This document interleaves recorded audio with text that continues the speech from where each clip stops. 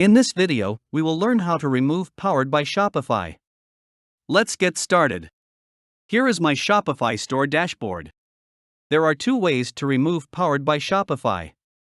Let's go to the online store. First, click on View Your Store and open in New tab. Down there, you can see, My store is powered by Shopify. Let's go back to the Shopify online store. Here, click on these three horizontal dots. Go with Edit Default Theme Content. Here enter your text. You can see, here is Powered by the Shopify option.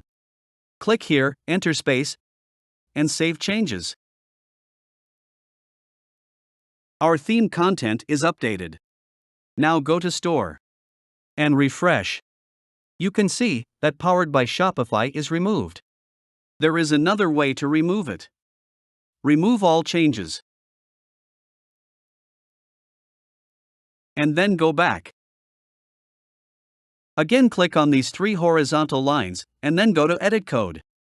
On the left side, go down and open the Sections folder. And open the footer.liquid file. Go to the code file and press Ctrl+F.